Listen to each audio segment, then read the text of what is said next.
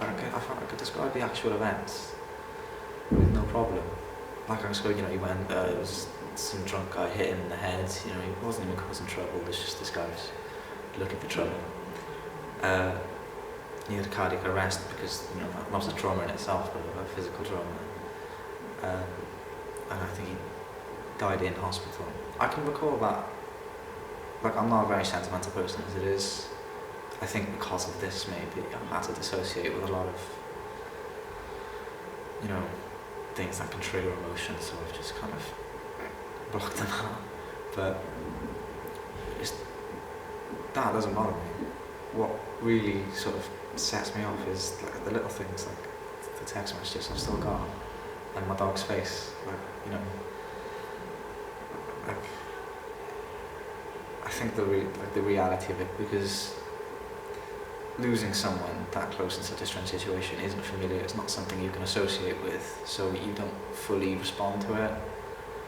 What you do associate with is the reality, what you've been dealing with, and this person who's in your life for years. That,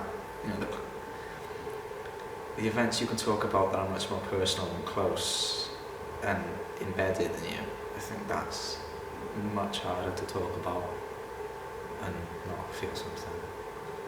That's definitely the hardest. Yeah, I don't know what it's like for other people, but that's what it's like for me. A bit weird though. But I guess some people, I guess the cliche is true, people take things differently. Some people process things in a certain way. Not necessarily whatever helps, because some people process things that are actually a bit damaging. Like me, the way I process it, I just try to dehumanize the situation, I guess.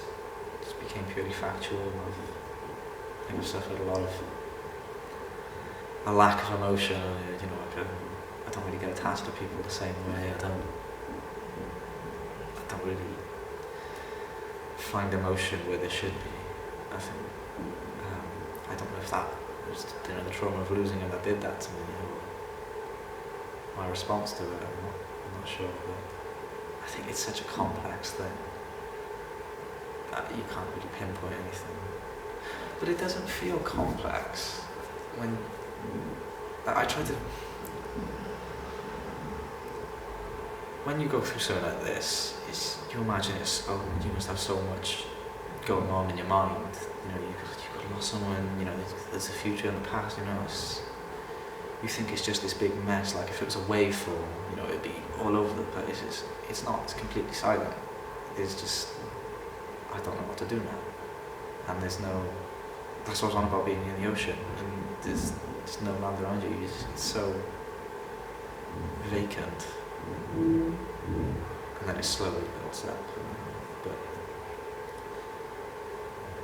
yeah, it's just weird than anything. This is 3 years on. You adapt to life again, but you don't. It always stays with you a little bit. You're never the same person again.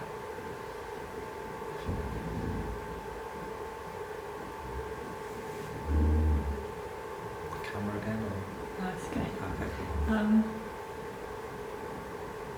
No, I think that's all good. That's yeah. enough. Yeah, I think that's right. Oh, cool. Unless you want to talk more, then you're welcome to. I don't know what to talk about it. I'm good at answering questions. I'm not good at on the spot. Unless there's anything you want me to say No, I'm still technically on bench, so I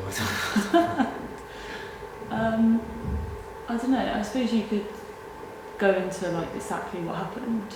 Oh, the factual events. Yeah, if you want to.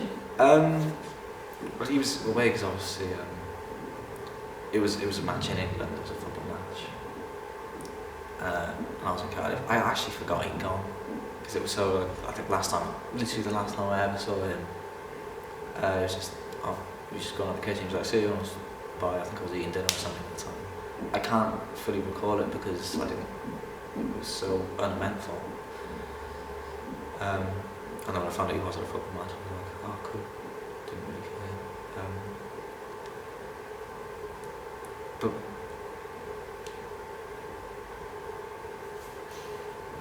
it's just very weird. But what happened to him was, you know, it was I think it was half time, and he was just standing about with a friend, Anthony, just waiting, you know, just standing outside drinking. And one of the England fans was drunk already, and you know, not too much, just feeling melody, and just started on the first person he saw. Happened to be him. It was just one punch to the skull, and that just sent his body into trauma. He was rushed to hospital. That's when my mum was called, but she was told that he was in hospital.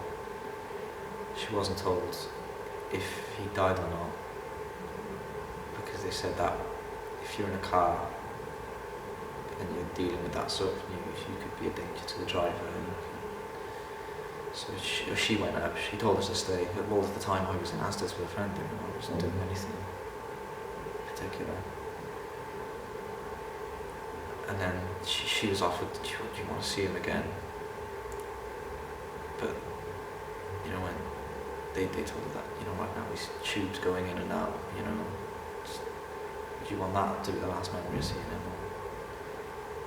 Or you know, seeing him out the door and he's fine. And she chose to stay with the, you know, the better memory. But that's what happened. That side, back in Cardiff, like I said, I was just on Facebook and I found out. And I think the first thing I saw, I was just commenting on it, that was my stepdad. I didn't really know. You know, you lose a bit of common sense, you don't really know what the socially correct thing to do, you know, you're full of faux pas, you can't just say on Facebook, like, family just died. But you do because you're a bit dumb. That's what yeah, that's what happened. There's not much to describe what happened because, like I said, it was just such a normal day. But I've tried not to make that day very particular, and it never comes around. I just try to have it. It was very mundane.